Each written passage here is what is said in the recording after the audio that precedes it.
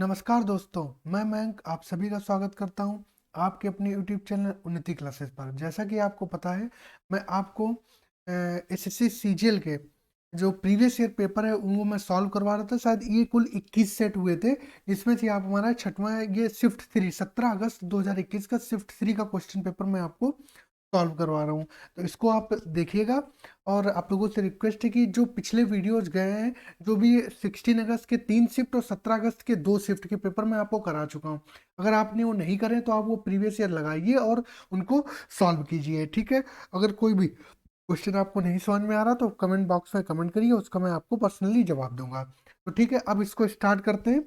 ठीक है, अब स्टार्ट करते हैं। आप लोगों से रिक्वेस्ट है, चैनल को सब्सक्राइब कर दीजिएगा और वीडियो को लाइक शेयर जरूर कीजिएगा। तो ठीक है, क्लास को स्टार्ट करते हैं बिना समय गंवाए। देखिए, पहला क्वेश्चन क्या कह रहा है कि यदि त्रिभुज ए बी सी में पी और क्यू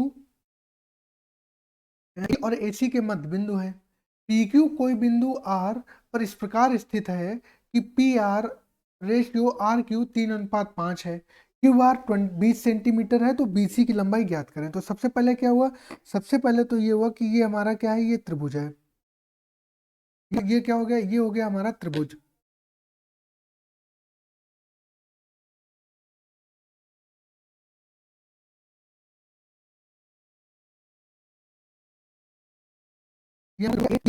इसमें P और Q क्रमशः AB और AC के मध्य बिंदु है।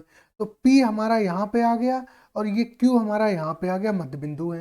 यदि PQ पर कोई बिंदु R इस प्रकार स्थित है कि PR रेशियो RQ 3:5 है, तो अगर हम इसको मिला दें तो इस पर कोई एक बिंदु जो है वो कौन सा है, इस पर एक बिंदु R स्थित है। PQ पर कौन स्थित है, एक R स्थित है। क्या है, एक R स्थित है। ठीक है, जहां पर जो पी आर है, जो पी आर और आर क्यू का जो रेशियो है वो कितना है, 3:5 है। क्या है, 3:5 है। यदि क्यू आर 20 सेंटीमीटर है, तो अगर ये 3:5 दिया है, ये 3:5 दिया है, तो इस 5 की वैल्यू, इतने की जो वैल्यू है ये कितनी दी गई है, ये दी गई है आपकी 20। तो ये कितने गुना है, 4 गुना है।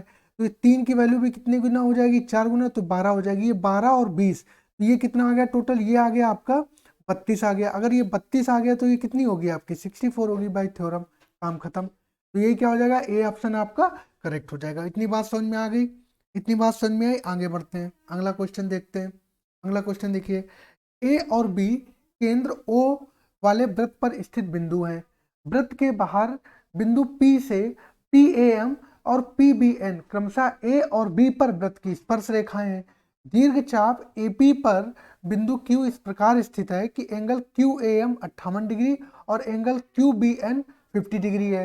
तो एंगल ए पी बी का मान ज्ञात करें। तो इसका आपको जवाब देना है, तो क्या हो जाएगा, क्या हो जाएगा आपका, ये ए और बी क्या है, ए और बी एक व्रत है। क्या है, ए और बी क्या है, एक व्रत है। ठीक है, तो ये रहा आपका व्रत, ये आपका व्रत। ये ए और बी केंद्र ओ वाले वृत्त पर स्थित है। एक बिंदु बाहर से आ गया पी, ये रहा आपका बिंदु, कौन सा रहा, पी है। इस पर एक बिंदु खींचा गया है। ठीक है, इस पर बाहर से ये रेखा खींची गई, किस प्रकार से, इस प्रकार से। ये और एक रेखा आपकी, ये मतलब ये बिंदु जो है वो कौन सा, ये पी बिंदु है। ये क्या है, ये पी बिंदु है। ठीक है, ए और बी केंद्र ओ, इसका इस वृत्त का केंद्र कितना, इस वृत्त का केंद्र कितना है, ओ है। ये ए हो जाएगा और ये क्या हो जाएगा, ये बी हो जाएगा, ये एम हो जाएगा और ये क्या हो जाएगा, ये एन हो जाएगा। इतनी बात समझ में आ गई, इतनी बात समझ में आ गई। लिखा है वृत्त के बाहर से पी ए एम और पी बी एन क्रमशः ए और बी पर वृत्त की स्पर्श रेखाएं दीर्घ चाप ए बी पर, दीर्घ चाप ए बी पर, ये दीर्घ चाप ये वाला रहा, दीर्घ चाप ए बी पर क्यू इस प्रकार स्थित है। मान लिया क्यू ये स्थित है, तो क्यू ए एम 58 डिग्री है। तो क्यू ए एम इसको मिला दो तो ये कितना हो गया, ये 58 डिग्री हो गया। क्यू एम 58 डिग्री और Q B M, Q B N कितना है, ये हो गया आपका कितना, 50 डिग्री। ये कितना हो गया, 50 डिग्री हो गया। तो ए पी बी का माप ज्ञात करो, ए पी बी का जो है वो माप ज्ञात करो। हमें ये निकालना, हमें क्या निकालना, ये इसकी वैल्यू पता करनी है। हमें इसकी वैल्यू जो है वो क्या करनी है, पता करनी है। बात समझ में आई, बात समझ में आई, इतनी बात समझ में आ गई। हमें ए पी बी की जो है वो क्या करनी है, वैल्यू पता करनी है। इतनी बात समझ में आई। ठीक है, तो देखिए क्या करना होगा इस क्वेश्चन में। अगर इसको यहां से ये और ये मिला दो,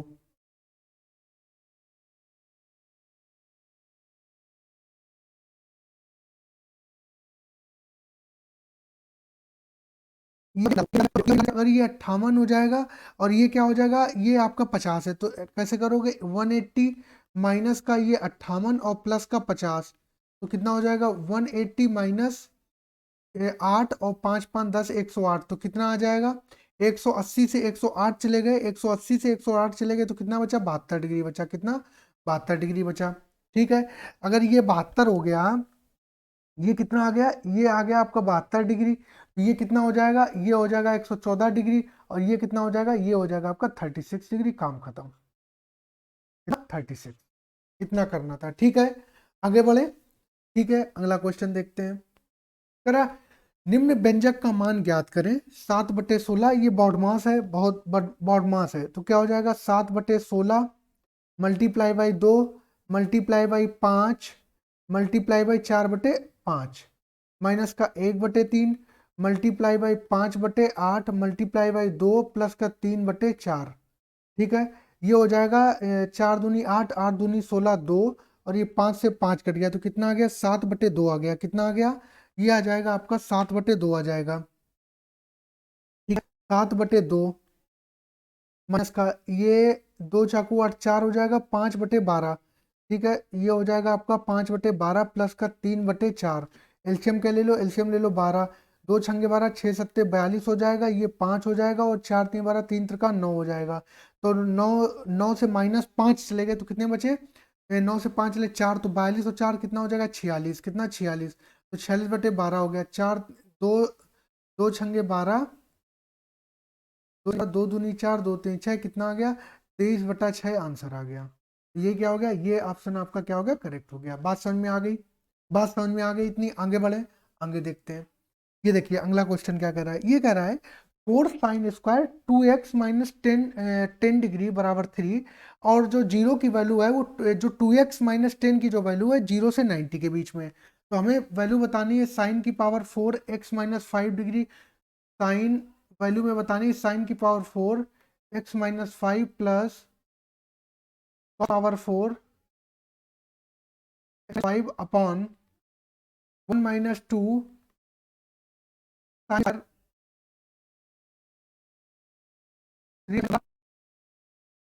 और 2x माइनस 15, इसकी जो वैल्यू है वो क्या होनी है आपको बतानी है, इसकी वैल्यू जो है वो क्या करनी है आपको बतानी है। तो कैसे होगा ये, तो देखो ये लिखा है 4 2 - 10 = 3, ये लिखा हुआ है। तो अगर 4 sin² 2x माइनस 10 = कितना लिखा हुआ है 3 लिखा हुआ है, तो ये हो जाएगा आपका sin² 2x माइनस 10 = 3/4। ठीक है, इतनी बात समझ में आ गई। तो अगर बात की जाए, अगर तो साइन 2x माइनस 10 की वैल्यू कितनी हो जाएगी, ये हो जाएगी 3√3/2। तो √3/2 किसकी वैल्यू होती है, साइन 60 की वैल्यू होती है, कितनी होती है साइन 60 की वैल्यू होती है। तो साइन कट जाएगा तो कितना आ जाएगा 2x माइनस 10 = कितना आ जाएगा 60 डिग्री, तो 2x = कितना आ जाएगा 70 डिग्री, तो x की वैल्यू कितनी आ जाएगी 35, वैल्यू कितनी आ गई 35 आ गई। अब यहाँ पर वैल्यू लिख दो, तो साइन की पावर 4 x माइनस 5, तो x की जगह 35 रखेंगे तो 35 से 5 चलेगा 30 बचे, तो साइन 30 की जो वैल्यू होती है वो होती है 1/2, साइन 30 की जो वैल्यू होती है वो होती है 1/2, और 4 पावर है तो कितनी हो जाएगी 1/16 प्लस। अब यहाँ पर 35 - 5 30 रखेंगे, और cos 30 की वैल्यू जो होती है वो √3/2 होती है, तो पावर 4 लिखा है तो कितना हो जाएगा, ये हो जाएगा आपका 9/16 हो जाएगा। बात समझ में आ रही है, सिर्फ वैल्यू पुट कर रहे हैं 1 - 2, यहाँ पर 35 है और 3 है, 35 या 3 बचे 15, 105, 105 से 15 चले गए तो कितना बचा 105 से 15 चले गए आपके 90 बचा। तो साइन 90 की वैल्यू जो होती है वो होती है 1, तो 2 हो गया मल्टीप्लाई बाई कॉस में, यहाँ पर 35 गुना 70, 70 से 15, ये भी 3 है, ये 3 है, यहाँ पर ये कितना है, ये जो है ये 3 है, तो ये भी 105 से 15, ये भी 90, कॉस 90 में वैल्यू कितनी होती है 0 होती है, तो ये 16 ले लिया, तो 10/16 अपॉन 1, 1 माइनस 2 कितना आ गया 1 माइनस 2। ठीक है, बात समझ में आ गई, तो 1 माइनस 2 माइनस क्यों, ये जब ये 1 1 का स्क्वायर होगा 1 हो जाएगा, तो ये हो जाएगा आपका 16 लिया एलसीएम, तो 9 1 10/16, 1 माइनस 2 1, तो ये हो जाएगा 2 पंचे 10, 2 अट्ठे 16, तो कितना आ जाएगा 5/8, कितना 5/8।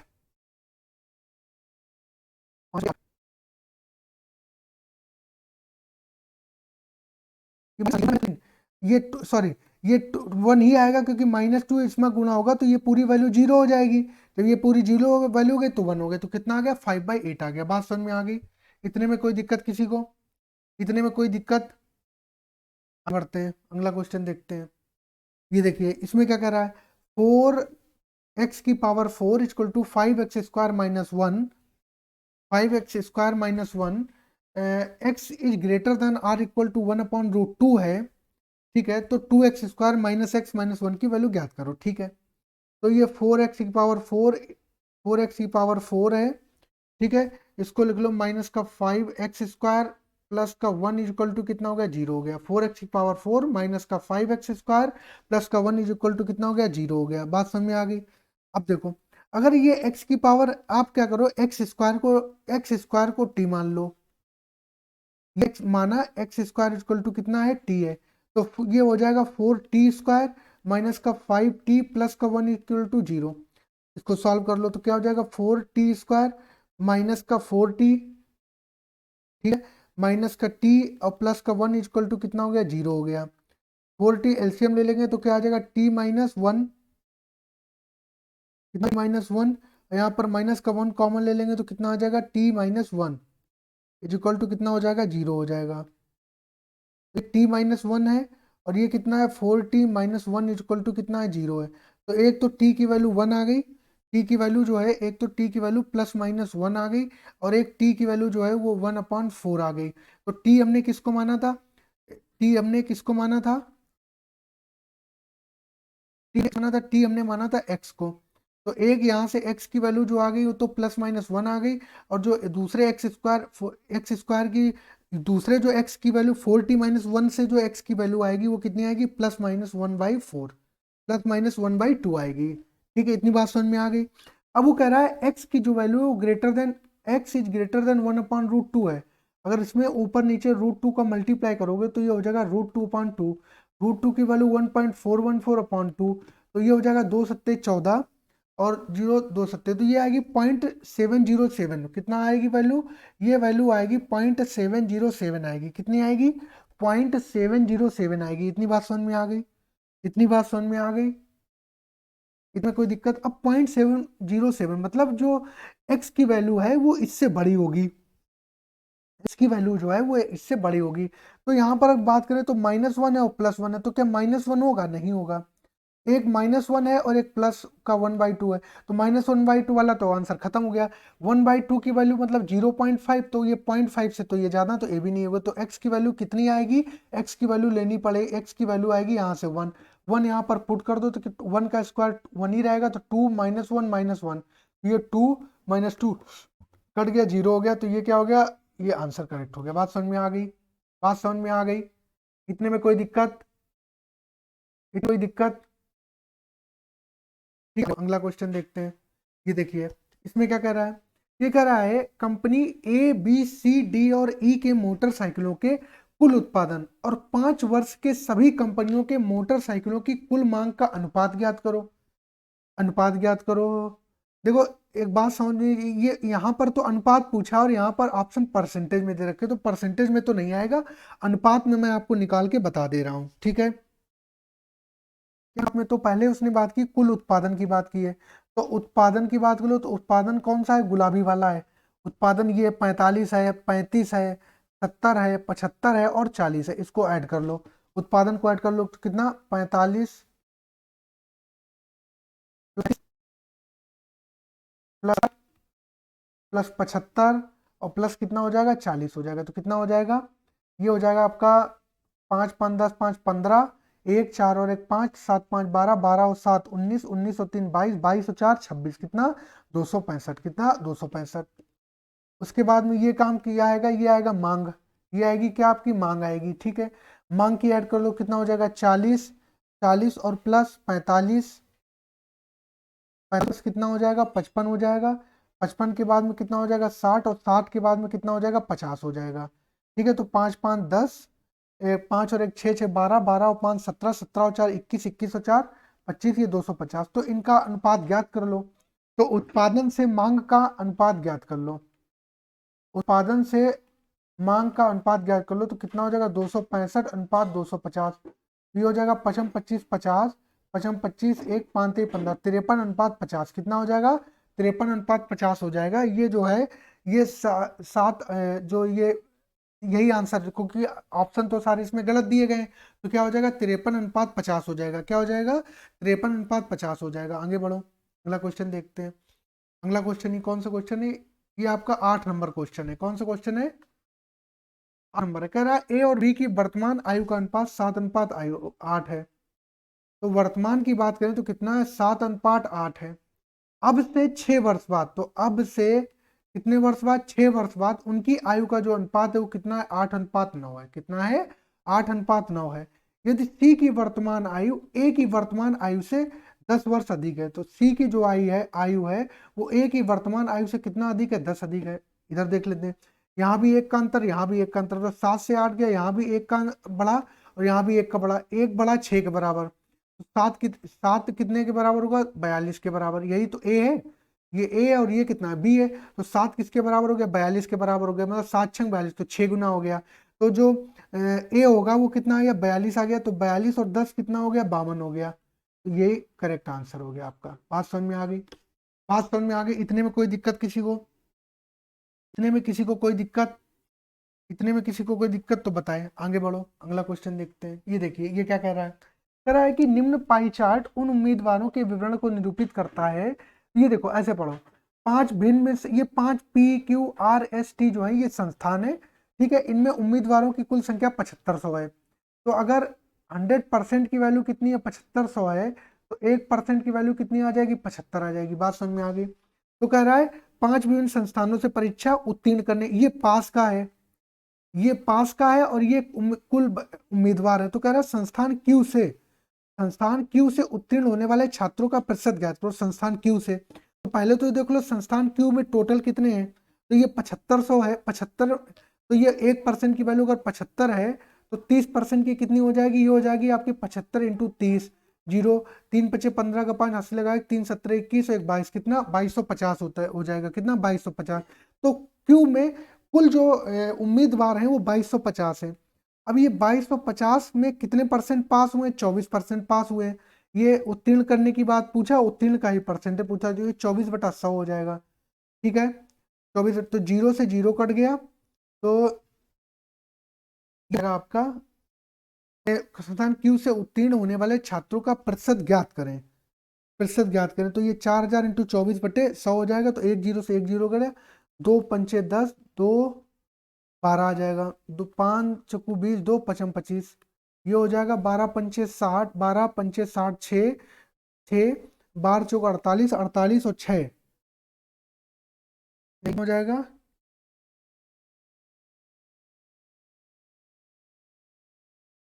एक ये 4000 ये दिया उसने कि इसमें जो पास होने वाले हैं वो कुल 4000 है, और 4000 में जो क्यू है वो 24%। तो 0 से 0 कट गया, तो कितना हो जाए 0, 4 से 24 के 4 हासिल लगे 2, 4 दूनी 8, 8 और 2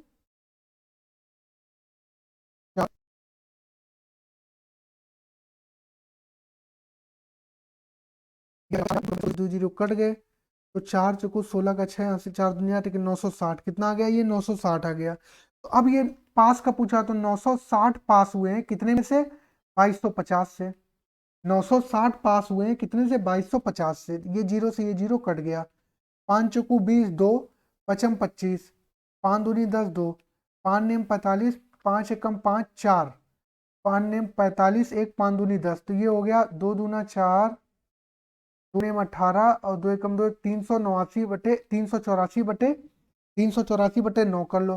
तो 9 चौक 36, 36 2/24, 9 दूनी 18, 8 6 14, तो 42 वाला यही ऑप्शन क्या हो जाएगा, इतना करेक्ट हो जाएगा आपका।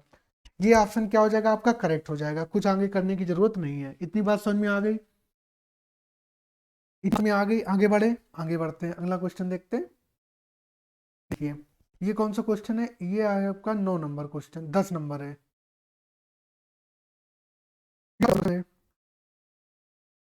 Square plus 9y² plus 4z² equal to 12, x minus 2y plus 2z minus का 88 है, तो x minus 3y plus z का मान ज्ञात करो, ये आपको बताना है। तो अब देखो, अब इसको कैसे करेंगे, इसको किस टाइप से करेंगे ये देखना है आपको। x² प्लस 9y² y²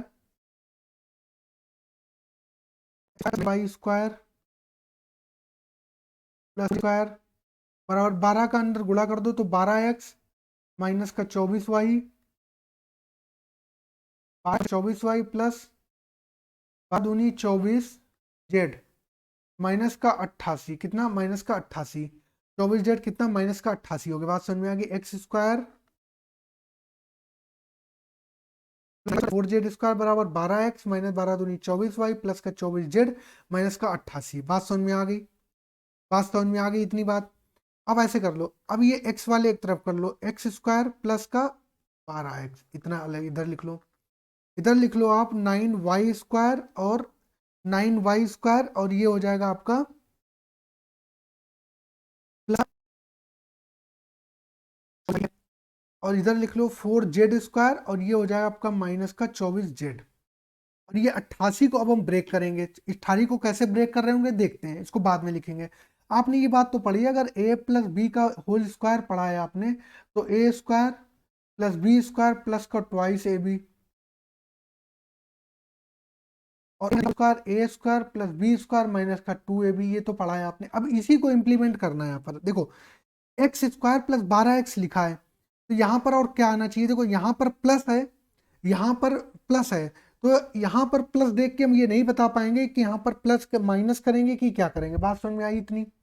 ठीक है, तो x² प्लस 12x है, ठीक है, तो इसको करेंगे। तो अगर बात करें 12x देखें तो 2 इंटू ये 6x आ रहा है, तो यहाँ तो 2 आएगी, ये 6x आ रहा है, और यहाँ पर a में जो वैल्यू है, a में जो वैल्यू है आपकी वो किसकी है, a में जो वैल्यू है वो कुछ सिर्फ कोफिशिएंट 1 है, a का कोफिशिएंट कितना है 1 है, तो इसका मतलब b की वैल्यू है वो कितनी रही होगी, 6 का स्क्वायर रही होगी, मतलब 36 रही होगी। कितनी रही होगी? 36 रही होगी। बात समझ में आ गई, कितनी रही होगी? 36 रही होगी, तो ये हो जाएगा 36, मतलब 6 का स्क्वायर, ऐसे लिख लो या आप इसको ऐसे लिख लो, ठीक है। बात समझ में आ गई इतनी? यहाँ पर क्या लगा है, ये प्लस का 12 था, इधर आएगा तो माइनस का 12 होगा, ये प्लस का 12 था इक्वल टू किधर माइनस का 12 होगा, तो ये प्लस की वैल्यू होगी, ये प्लस का 6²। ठीक है, बात समझ में इसको देखो, ये लिखा है 9y², ये 9y² था, और ये माइनस का 24y है, इधर आएगा तो प्लस का 24y हो जाएगा, कितने का? प्लस का 24y हो जाएगा। बात समझ में आ गई, प्लस का 24y हो जाएगा। बात समझ में आ गई। अब इसको तोड़ो, 24z है, सॉरी हाँ, ये कितना है, ये आपका 24y है, 24y, तो इसको ऐसे लिखेंगे 2 × 12y, 2 × 12y। अब a में जो y का कोफिशिएंट है वो 9 है, इसका मतलब ये 3, तो x में तो 3 रहा ही होगा, तो ये 3 हो गया होगा, ये 3 हो गया होगा, ठीक है, ये 3y हो गया होगा, और जो y रहा होगा तो 3 × 2 = 6, 3 × 3 = 9, 9 × 2 = 6, तो कितना बचा? ये बचा 4, कितना बचा? 4 बचा। तो यहाँ पर रहा होगा ये, मतलब ये रहा होगा 4, तो मतलब ये कितने का स्क्वायर, यहाँ पर प्लस लगा तो ये 2 का स्क्वायर रहा होगा। बात खत्म हो गई, ये भी निकाल लिया, कितना रहा होगा? 2 का स्क्वायर रहा होगा। अब ये 4y² माइनस का 24z है, अब ये माइनस लगा तो इसका मतलब यहाँ पर जो वैल्यू आ गई प्लस आएगी, तो ये 24 का मतलब है 2 इंटू, अब ये यहाँ पर आ गया 12z, कितना आ गया? 12z आ गया, तो 2 × 12 मतलब 12 में यहाँ पर तो 4 है, तो 4z² मतलब यहाँ पर 2 रहा ही होगा, 2 रहा ही होगा, तो ये 2z, तो ये हो गया 2 दूना 4, तो बचा कितना? 3, तो यहाँ पर कितने का स्क्वायर रहा होगा? 4, सॉरी 4 6 जा, ये 24 है ना, तो 2 2 जा 4, 4 6 जा 24, तो यहाँ पर ये कितने का स्क्वायर रहा होगा? 6 का स्क्वायर रहा होगा। ये भी समझ में आ गया, ठीक है। अभी देखो ये 36 और ये आपका 36 और ये कितना हो गया आपका? 4 का स्क्वायर, यहाँ 36 और 16, 36 और 36 और 4 40, 40 और 10 50, 50 और 36, 36 कितना हो गया? 50 और 36 कितना हो गया आपका? ये हमने ब्रेक कर लिया यहाँ पर, तो ये 36 आ गया, 36 और 16, 36 और 6, 42 और 10, 52, 52 और 36। हाँ, ये 88 को हमने ब्रेक कर लिया, तो इसको सबको क्या कर लो, ऐड कर लो। ये हो गया ऐड। इतनी बात समझ में आ गई।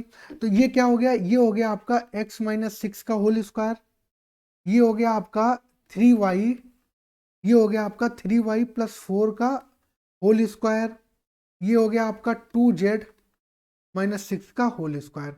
इतनी बात समझ में आ गई। तो यहां से x की वैल्यू कितनी निकल के आएगी, 6, x माइनस 6, ये बराबर सब जीरो कर दो, तो x की वैल्यू 6, यहाँ से y की वैल्यू कितनी निकल के आएगी, माइनस का 4/3, यहाँ से z की वैल्यू कितनी निकल के आएगी, z की वैल्यू निकल के आएगी ये प्लस का 3।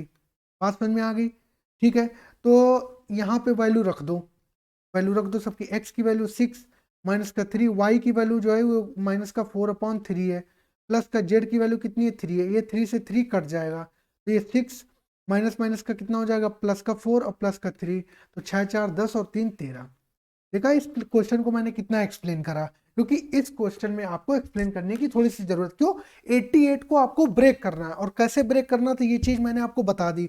पहचाना जाएगा इससे, माइनस और प्लस, यहाँ पर माइनस आएगा कि प्लस आएगा, ये तो इससे पहचान लोगे कि अगर यहाँ माइनस है तो सीधी सी बात है यहाँ पर प्लस आया होगा। देखो यहाँ प्लस, नहीं नहीं, यहाँ प्लस है तो ये भी प्लस रहा ही होगा, क्योंकि a प्लस बी के होल स्क्वायर में सारी वैल्यू कैसी रहती है, प्लस की रहती है।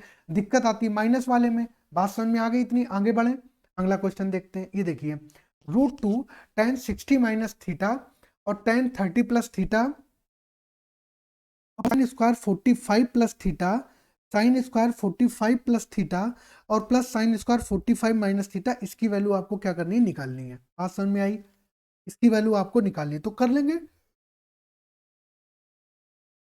√2 tan 60 minus theta, √2 tan 60 minus theta, तो √2 माइनस थीटा को आप कैसे लिखो, आप लिखो 90 माइनस 30 प्लस थीटा। भाई माइनस के अंदर गुणा होगा तो -30 माइनस थीटा, 90 से 30 चलाएंगे फिर 60 माइनस थीटा आ जाए, तो कोई फर्क नहीं पड़ेगा। इसको लिख सकते हैं tan 90, इसको एक ही वैल्यू चेंज कर लो, tan 30 प्लस थीटा और प्लस थीटा, इसको ऐसे लिख लो 90 माइनस 45 और माइनस थीटा, ठीक है, स्क्वायर, इसको लिख लो 45 माइनस प्लस आएगा, ठीक है। तो इसको अब आगे कैसे लिखेंगे, ये √2 हो गया। अब ये 90 minus 30 plus theta, tan 90 minus theta की बात करें तो साइन तो चेंज नहीं होगा, लेकिन tan किस में चेंज हो जाएगा, tan चेंज हो जाएगा आपका कॉट में, तो क्या आ जाएगा, कॉट 30 प्लस थीटा आ जाएगा। कितना आ जाएगा, कॉट 30 प्लस थीटा आ जाएगा, मल्टीप्लाई tan, ये tan 30 प्लस थीटा आ गया।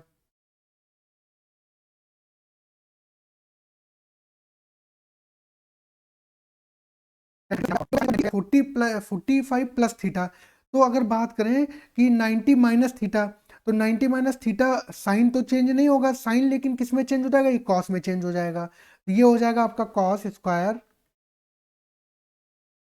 5 minus theta, square 45 minus theta plus का, ये रहा आपका साइन स्क्वायर 45 माइनस का थीटा। देखो square theta plus cos square theta की वैल्यू 1 होती है, तो इसकी तो वैल्यू हो गई 1। अब ये √2, अब इसको ऐसे लिख लो √2, tan को ऐसे लिख सकते, कॉट को ऐसे लिखते हैं 1/tan theta multiply by tan 30, नीचे तो 1 ही आ रहा था, तो कितना आ जाएगा, √2 आ जाएगा। यही आपका क्या हो गया, करेक्ट आंसर हो गया, यही आपका करेक्ट आंसर हो गया। बात समझ में आ गई इतनी, इतनी बात समझ में आ गई, आगे बढ़े, आगे बढ़ते हैं। ये देखिए ये क्या कह रहा है, कह रहा है संख्या में k के अधिकतम मान और न्यूनतम मान के वर्गों का योगफल ज्ञात करें जिससे संख्या 45 082 के 3 से विभाज्य हो। क्या 45 082 के 45 082 के किससे विभाज्य हो, 3 से विभाज्य हो। तो 3 से विभाज्य के लिए कैसे कर लो, 3 से 5 और 4 9, 9 तो 3 से कट जाएगा, हटाओ, तो 8 और 2 10, तो क्या हो गया यूनिट डिजिट, ऐसे कर लो, चलो ये मत लगाओ तो आप ऐसे कर लो, सब जोड़ लो, 5 और 4 9, 9 8 17, 17 और 2 19, 19 प्लस के अपॉन 3, 19 प्लस के अपॉन 3, 19 की बात करें, 19 की बात करें तो इसमें क्या आ जाएगा, इसको ऐसे लिख सकते हैं 18 प्लस 1 प्लस के अपॉन 3, तो ये वाली तो वैल्यू पूरी कट जाएगी, तो आखिरी में 1 प्लस के अपॉन कितना बचेगा, 3 बचेगा। तो के की न्यूनतम वैल्यू क्या रखें कि कट जाए, तो के को 1 रखेंगे, 1 तो है, 1 के को 1 रखेंगे तो 2 हो जाएगा, लेकिन के को अगर 2 रख दें तो न्यूनतम वैल्यू, तो ये अगर के की वैल्यू यहाँ पर 2 रख देंगे तो ये 3/3 हो जाएगा, तो ये कट जाएगा, चलो न्यूनतम वैल्यू 2 रख लेंगे। और अधिकतम वैल्यू आपको बतानी है, अधिकतम वैल्यू क्या, अधिकतम वैल्यू कितनी हो जाएगी ये आपको बतानी है, तो अधिकतम वैल्यू वही बात है 1 प्लस के अपॉन 3 है, तो अगर के की वैल्यू 9 से ज़्यादा तो रख नहीं सकते, 9 और 1 10 हो जाएगा, नहीं कटेगा, के की वैल्यू 8 रखेंगे तो 8 और 1 9 हो जाएगा, अगर के की वैल्यू 8 रख दें तो ये 8 और 1 9/3 हो जाएगा, तो ये भी कट जाएगा, तो के की अधिकतम वैल्यू कितनी हो गई, 8 हो गई, बात समझ में आ गई, कितनी हो गई, 8 हो गई, बात समझ में आ गई, न्यूनतम 2 हो गई और अधिकतम कितनी हो गई, 8 हो गई, बात समझ में आ गई।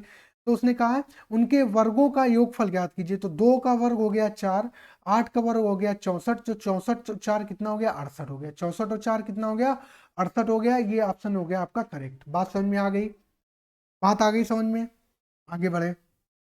ये देखिए अगला क्वेश्चन क्या है, अगला क्वेश्चन है 7 cos स्क्वायर थीटा प्लस का 5 साइन स्क्वायर थीटा माइनस का 6 इज इक्वल टू 0, तो आपको इसकी वैल्यू जो है वो बतानी है, आपको बतानी है कि इसको रूट में cosec theta plus tan theta upon sec theta minus cot theta की वैल्यू जो है वो आपको क्या करनी है, वो बतानी है, वो आपको बतानी है, ठीक है। तो इसको देखो, सॉल्व कर लो,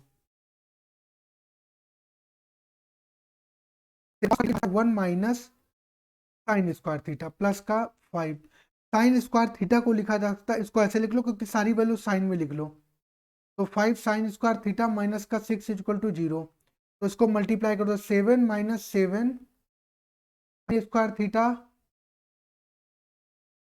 स्क्वायर थीटा माइनस का x 6 इक्वल टू कितना हो गया, 0 हो गया, बात समझ में आ गई।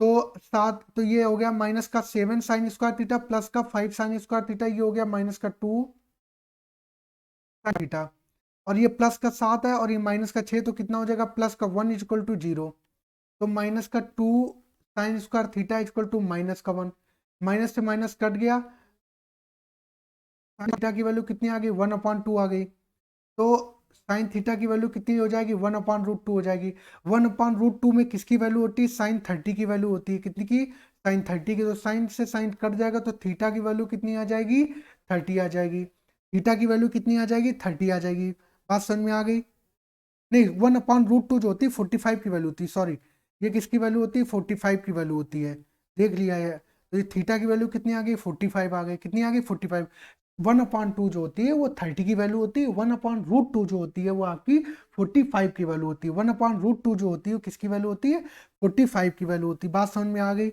बात समझ में आ गई, इसको अंडर रूट करो, देखो कॉसेक 45 की वैल्यू कितनी होती है, कॉसेक 45, तो साइन 45 की जो वैल्यू होती है 1/√2 होती है, तो उसका उल्टा होता है कॉसेक, तो ये √2 हो जाएगा, प्लस टेन 45 की वैल्यू कितनी होती है, टेन 45 की वैल्यू 1 होती है, अपॉन सेक 45 की वैल्यू कितनी होती है, तो सेक 45 की वैल्यू जो होती है वो √2 होती है, माइनस कॉट 45 की जो वैल्यू होती है वो कितनी होती है, कॉट 45 की जो वैल्यू होती है वो कितनी होती है, वो होती है √2, कितनी होती है, √2 होती है, नहीं कॉट 45 की वैल्यू जो कितनी होती है, देखो सेक 45 की जो वैल्यू होती है,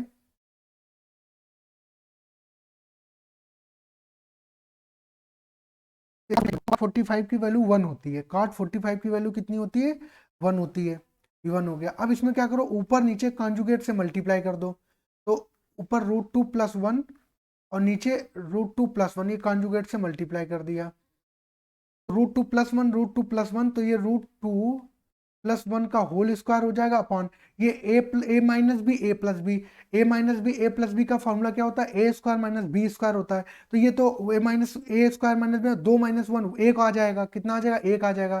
तो √2 + 1 का होल स्क्वायर √2, जब स्क्वायर ले लेंगे √2 ले लेंगे तो कितना बाहर आ जाएगा, ये मात्र √2 + 1 बाहर आ जाएगा। कितना आ जाएगा, √2 + 1 बाहर आ जाएगा। यही ऑप्शन क्या हो जाएगा आपका, करेक्ट हो जाएगा। बात समझ में आ गई, बात समझ में आ गई, इतने में कोई दिक्कत, आगे बढ़ो।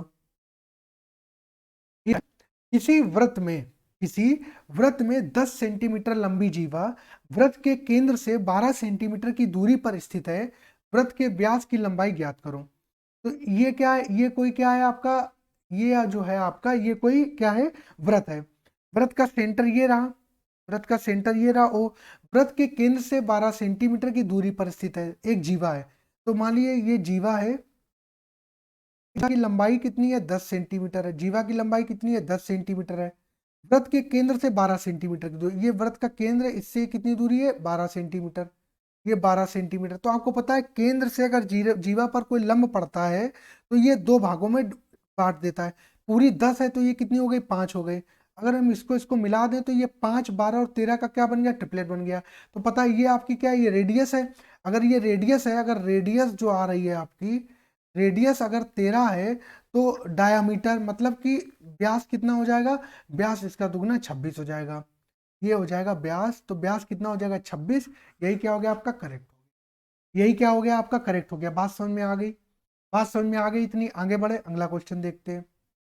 ये देखिए, उस वर्ग उस वर्ग का क्षेत्रफल ज्ञात करें जिसके शीर्ष वर्ट से 5 सेंटीमीटर की त्रिज्या वाले वृत्त पर स्थित है।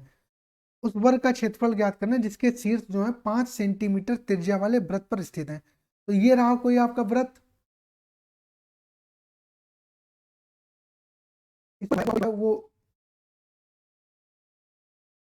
वर्ग है, ठीक है, ये वर्ग स्थित है। तो 5 सेंटीमीटर त्रिज्या कितनी है, 5 सेंटीमीटर। मान लिया ये वृत्त है, वृत्त का केंद्र है और यहां से यहां तक की ये त्रिज्या हुई। तो अगर ये 5 हुई, ये 5 हुई तो ये क्या हो गई, ये डायमीटर हो गया, तो ये भी 5 हो गई। तो इसका जो व्यास आ गया वो कितना आ गया, 10 आ गया, 10 सेंटीमीटर। अब देखो, इस वृत्त का जो व्यास आ रहा है, ध्यान से मेरी बात समझना, इस वृत्त का जो व्यास आ रहा है वो इस वृत्त का डायमीटर हुआ, सॉरी वो इस जो स्क्वायर है इसका क्या हुआ, एक विकर्ण हुआ। तो विकर्ण वो किसके बराबर है, विकर्ण जो है वो व्यास के बराबर है। तो व्यास की बात करें तो 10 सेंटीमीटर और वर्ग का विकर्ण क्या होता है, a√2 होता है। कितना होता है, a√2 होता है।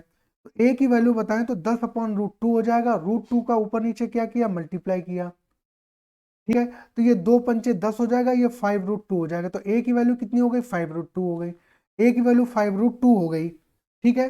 तो हमें क्षेत्रफल ज्ञात करना, तो a स्क्वायर क्षेत्रफल होता है, 5 25 दूनी 50, कितना आ गया, 50। ये क्या हो गया, बी ऑप्शन करेक्ट हो गया। इतनी बात समझ में आ गई, इतने में किसी को कोई दिक्कत, इतने को कोई दिक्कत, आगे बढ़ो, अगला क्वेश्चन देखते हैं। करा है, किसी वस्तु का क्रय मूल्य और अंकित मूल्य क्रमशः 720 और 900 है। किसी वृत्त का क्रय मूल्य और अंकित मूल्य क्रमशः 720 और 900 है। जब इसे x% की छूट पर बेचा जाता है तो 5x/3% का लाभ होता है। मैंने आपको प्रॉफिट एंड लॉस का लगभग बेसिक चैप्टर प्री लेवल का मैंने आपको करवा दिया, उसमें मैंने आपको खूब बताया है कि ये वाला ये रिलेशन मैंने आपको बताया कि जब डिस्काउंट देने के बाद भी क्या हो, प्रॉफिट हो रहा हो, जब डिस्काउंट देने के बाद भी क्या हो रहा हो, प्रॉफिट हो रहा हो, तो आप इसको कर सकते हैं। ये आपके लिए होमवर्क है, ये सॉल्व करके बताएंगे। इसका आंसर मैं आपको कमेंट बॉक्स में पिन कर दूंगा, ठीक है। आगे बढ़ते हैं, अगला क्वेश्चन देखिए, ये कह रहा है वस्तु का अंकित मूल्य 240 है। कोई दुकानदार वस्तु के अंकित मूल्य पर 18% छूट देने के बाद वस्तु को बेचता है, फिर भी उसे 23% का क्या होता है, लाभ होता है। फिर भी उसे 23% का लाभ होता है, ठीक है। तो फिर वही ए भी देखो, वैसे ही क्वेश्चंस को मैं करा देता हूँ। टीपी से एमपी का रेशियो क्या पड़ा, 100-D/100 + P, 100-D/100 + P पढ़ा है आपने। तो सी अंकित मूल्य कितना है, 240 है। टीपी क्या है, हमें निकालना है, बराबर 100 - D। तो अंकित 100 डिस्काउंट कितने का, 18% का। तो 100 से 18 चलेगा, कितना बचा, 100 से 18 चलेगा, कितना बचा, 82 बचा। अपॉन 100 प्लस पी है तो कितना हो जाएगा, 123 हो जाएगा। तो सीपी के लिए क्या हो जाएगा, इसको ऐसे मल्टीप्लाई कर दो, तो 82 इंटू 240 बटे कितना, 123। ठीक है, ठीक है, तो इसको काट लें, अगर 2 से काटो, 2 एक कम 2, 2 दूना 4, 0, 3 से कटेगा, 3 से कटेगा, ये 24, 3 अट्ठे 24, 40, 3 चकू 12 और 3 एकम 3, 41, 41 दूना 82 हो गया, 80 दूना 160 हो गया, 160 हो गया, बिल्कुल हलवा था। ठीक है, बहुत ही आसान क्वेश्चन था। कितना हो गया, 160 हो गया। इसमें किसी को कोई दिक्कत नहीं होनी चाहिए, इसमें किसी को कोई दिक्कत नहीं होनी चाहिए। आगे बढ़ो। करा है, किसी कक्षा की परीक्षा में 40 छात्रों के औसत अंक, औसत अंक कितने, 45 है। बाद में यह पाया गया कि दो स्थानों पर 25 को 35 पढ़ा गया, दो स्थानों पर 25 को क्या पढ़ा गया, 35 पढ़ा गया, दो स्थानों पर, इसमें दो का ऐसे कर लो, दो स्थानों पर 25 को 35 पढ़ा गया और एक स्थान 38 को 32 पढ़ा गया। तो अगर 25 से 35 पढ़ा गया है तो कितना, 10 ज्यादा पढ़ा गया है, 10 पढ़ा गया तो 10 दो जगह 10 10 दो जगह पढ़ा जाएगा तो 20 ज्यादा पढ़ा गया है। और 28 से 32 कितना, 28 को 32 पढ़ लिया गया, तो 28 को 32 कितना कम पढ़ा गया, कितना कम पढ़ा गया, 6 कम पढ़ा गया। ठीक है, कितना कम पढ़ा गया, ये 6 पढ़ा गया। बात समझ में आई। ठीक है, तो अगर बात करें तो पहले जो था, इसका जो 20 था और ये 6 था, तो अगर बात करें तो टोटल कितना आया, 14 जो है वो ज्यादा लिया गया है, प्लस में वैल्यू आ रही तो 14 ज्यादा लिया गया। अब यही जो 14 ज्यादा लिया गया है, इसको 40 छात्रों में डिवाइड करना पड़ेगा, इसी को 40 छात्रों में डिवाइड करना पड़ेगा, तो कितना आएगा, 40 का भाग दो 14 में, दसवां लगाया 0, तो 4 3 12, 3 0 दे, 3 चौको 12, 0 आ गया, 4 से 2 गए, 2 आ गया, 20 आ गया। दसवां लगाए 0 आ जाएगा, 5 5 0 0, 5 चौको 20, 5 से चला जाएगा, 5 से चला जाएगा, ये जो है वो 5 से चला जाएगा, तो 5 0 0, 5 चौको 20, 200, तो 0.35, ये कितना आ गया, 0.35 आ गया। तो पहले जो औसत कितना था, 45 था, उससे मैं कितना कम करना पड़ेगा, 0.35 कम करना पड़ेगा। 10 में से 5 गए, 5 बचे, 9 में से 3 गए, 6 बचे, और ये 4 44.65, कितना, 44.65। ये ऑप्शन क्या हो जाएगा आपका, करेक्ट हो जाएगा। बात समझ में आ गई। इतनी बात क्लियर हुई, कितना हो जाएगा, 44.65 हो जाएगा, कितना हो जाएगा, 44.65 करेक्ट आंसर हो जाएगा। आगे बढ़ो, आगे बढ़ते हैं। देखिए ये क्या कह रहा है, ये कि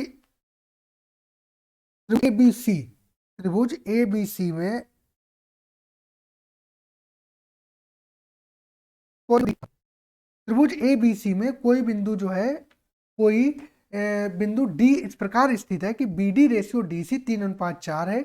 एडी पर कोई बिंदु ई इस प्रकार स्थित है कि ए अनुपात ई डी 2:3 है, 3 है, तो त्रिभुज ए सी डी और का क्षेत्रफल त्रिभुज ए ई बी के क्षेत्रफल के बराबर है।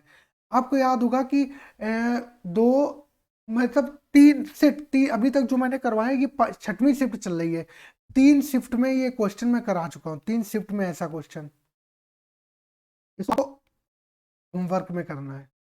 और यही क्वेश्चन जो है मैं आपके लिए कल जब आऊंगा तो इसको लेकर के आऊंगा, इसी क्वेश्चन को मैं कल आपको उसमें लेकर के आऊंगा, जो आपकी पहला क्वेश्चन होगा।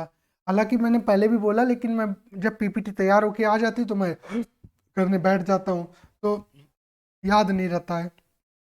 तो इस क्वेश्चन को जो है आप होमवर्क में करेंगे। मैं इस क्वेश्चन को, देखो पिछला वाला क्वेश्चन वो आप होमवर्क में करेंगे, उनको मैं अगली नेक्स्ट क्लास में आपको कराऊंगा, आप कमेंट इसको करिएगा। आगे बढ़ो, ये कर लो।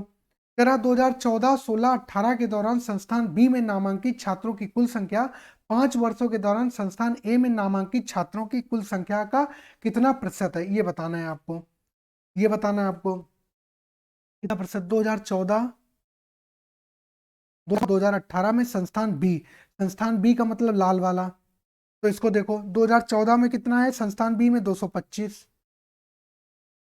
संस्थान बी कितना है, 375, 2018 में संस्थान बी कितना है, 2017 में संस्थान बी कितना है, 225 है। तो 5 5 10 5 15 का 5, 5 5 10 5 15 का 5, हासिल लगा 1 1 2 और 1 3, और 7 और 3 10 2 12, 12 का 2, हासिल लगा 1 3 3 6 और 2 कितना हो गया, 825 हो गया, कितना हो गया, 825 हो गया। ये कितना आ रहा है, 825 आ रहा है।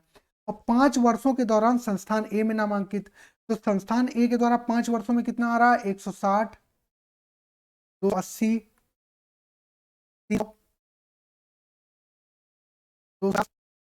260, ठीक है, ये आया, ठीक है। तो इसको ऐड कर लो तो कितना आ जाएगा, 0, 6 और 5 11, 11 वाट 19, 1906, 1906, 25 के 5 हाथ लगे, 2 2 और 2 4, 2 6, 6 और 3 9, 9 2 11, 11 और 1 12, कितना 1250। तो कह रहा है 5 वर्षों के संस्थान ए में नामांकित छात्रों की कुल संख्या का, मतलब वो कह रहा है जो 825 है वो 1250 का कितना प्रतिशत है, ये आपको निकालना है। 0 से 0 चला गया, 5 दूनी 10, 2 पचम 25, 5 दूनी 10, 2 पचम 25, 5 5 एकम 5, 3 5 का 10, पचम 25, 5 से काट लो, 5 3 15, 5 3 15 1, 5 3 15, तो 33 दूना 66%, कितना 66%, यही क्या हो गया आपका करेक्ट आंसर। कोई दिक्कत इसमें, आगे बढ़ते हैं। अगला क्वेश्चन देखिए, आगे बढ़ते हैं।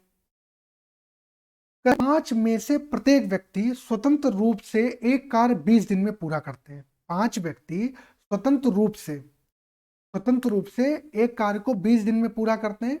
एक व्यक्ति द्वारा कार्य शुरू किया जाता है, अगले दिन एक और व्यक्ति कार्य करने शामिल आ जाता है, और प्रत्येक अगले दिन एक और व्यक्ति कार्य करने के लिए शामिल आ जाता है। 5वें दिन से टीम के रूप में 5 व्यक्ति कार्य करना जारी रखते हैं। वह कार्य कितने दिनों में पूरा होगा? अच्छा जी, तो एक बात समझ लो, इसमें जो मैं आपका कुछ 50 सेकंड में बात को समाप्त करूं, उसको समझने की कोशिश करना।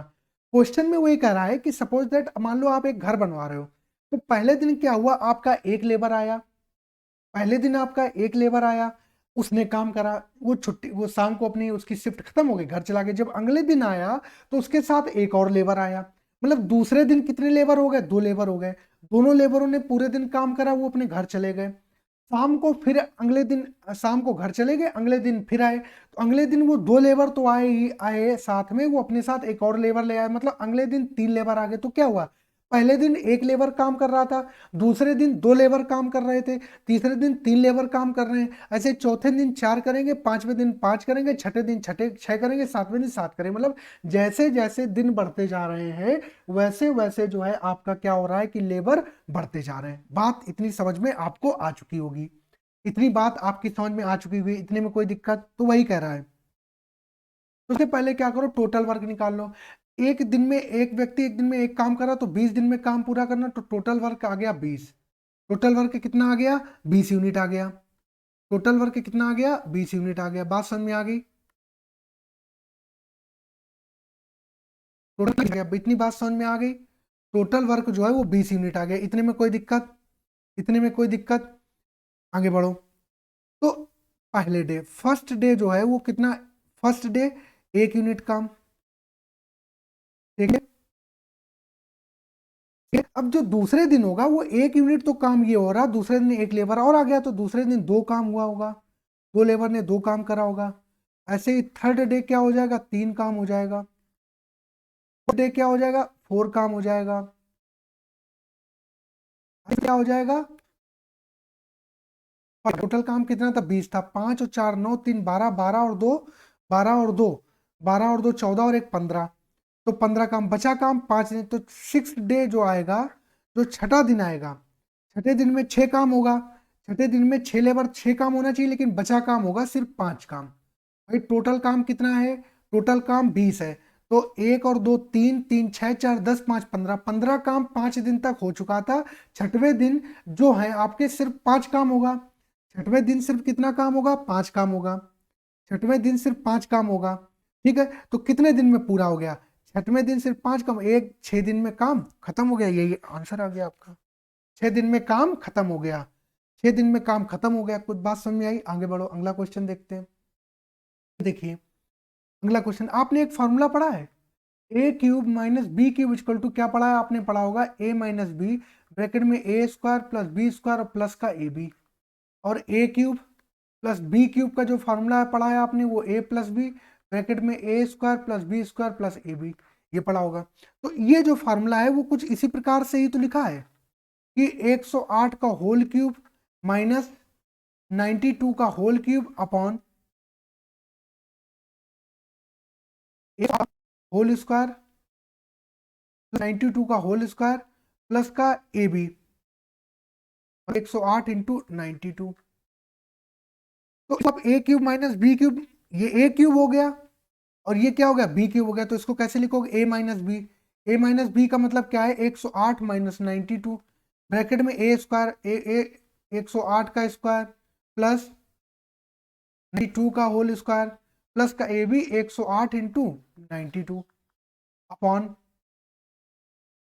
एक होल स्क्वायर 92 का होल स्क्वायर प्लस 108 इंटू 92। तो इससे ये कैंसिल हो गया आपका, तो ये पूरा तो कैंसिल हो गया। तो 108 से 92 चले गए तो कितना बचा, ये 8 और 8 16। तो क्या हो गया सी ऑप्शन जो है ये क्या हो गया आपका करेक्ट हो गया। बात समझ में आई इतनी, आपको बात समझ में आ गई इतनी, इतने में कोई दिक्कत, आगे बढ़ो।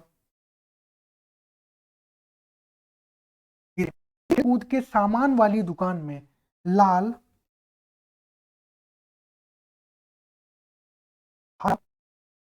और लाल के टेनिस गेंद मौजूद है। सभी गेंदों की संख्या लाल गेंदों की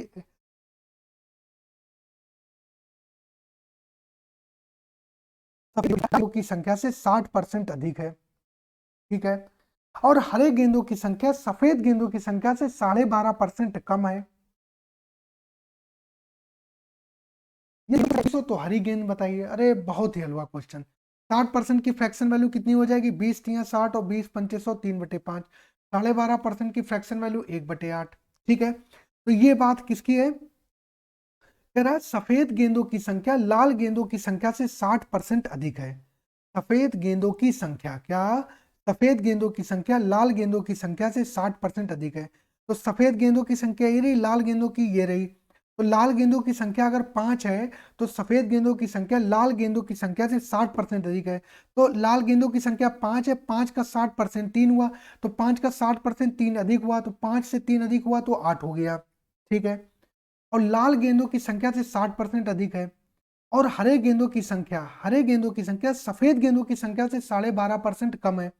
तो जो सफेद हरे गेंदों की संख्या है, जो हरे गेंदों की संख्या है वो सफेद गेंदों की संख्या, सफेद गेंद की संख्या 8 है, 8 का 12.5% एक कम, तो 8 का एक कम कितना हो गया 7 हो गया, तो ये 7 हो जाएगी। तो 7 और 5 12, 12 और 8 20, क्योंकि टोटल उसने कहा था 20 है, तो वहां पर क्वेश्चन में कितना कहा है 120 है, तो 20 छंगा कितना हो गया 120 हो गया। तो हमें हरी गेंदों की संख्या बतानी है, तो हरी गेंदें हैं 7, तो 7 छंग कितना हो जाएगा 42 हो जाएगा। ये क्या हो जाएगा, ये ऑप्शन करेक्ट हो जाएगा, सी ऑप्शन करेक्ट हो जाएगा। इतनी बात समझ में आ गई, इतनी बात समझ में आ गई, आगे बढ़ते हैं, अगला क्वेश्चन देखते हैं। ये देखिए, ये कह रहा है एक आदमी धारा की दिशा में 8 किलोमीटर की दूरी एक निश्चित समय में तय करता है और उतने ही समय में धारा के विपरीत दिशा में 6 किलोमीटर की दूरी तय कर सकता है। इतना क्वेश्चन हो गया। यदि वह धारा की विपरीत दिशा में 24 किलोमीटर की दूरी और धारा की दिशा में उतनी ही दूरी एक सही 3/4 घंटे में तय करता तो धारा की चाल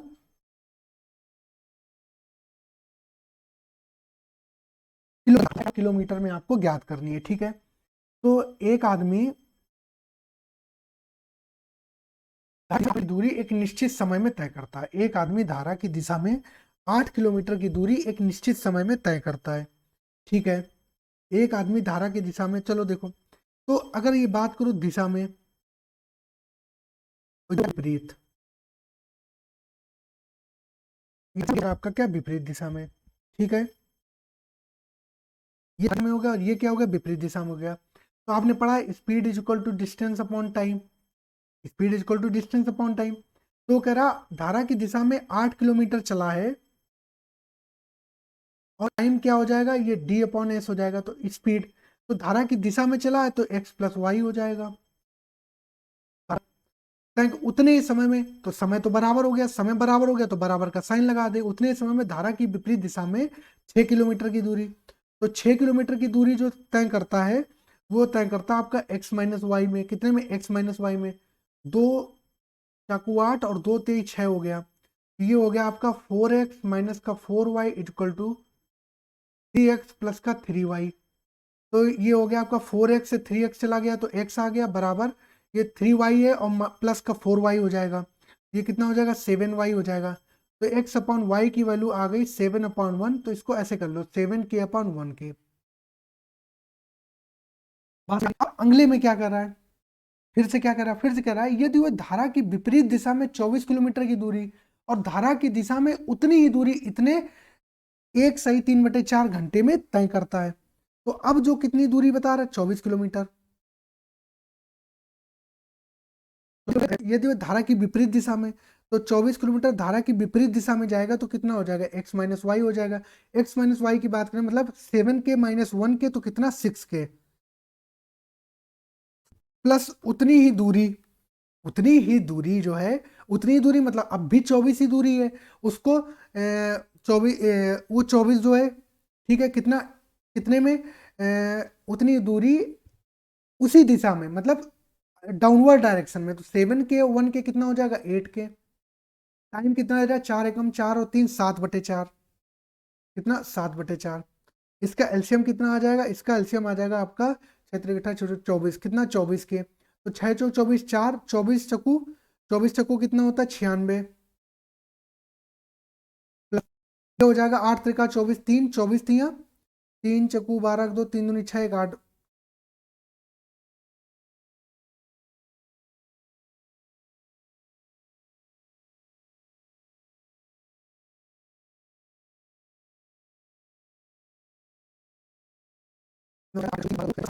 ठीक है।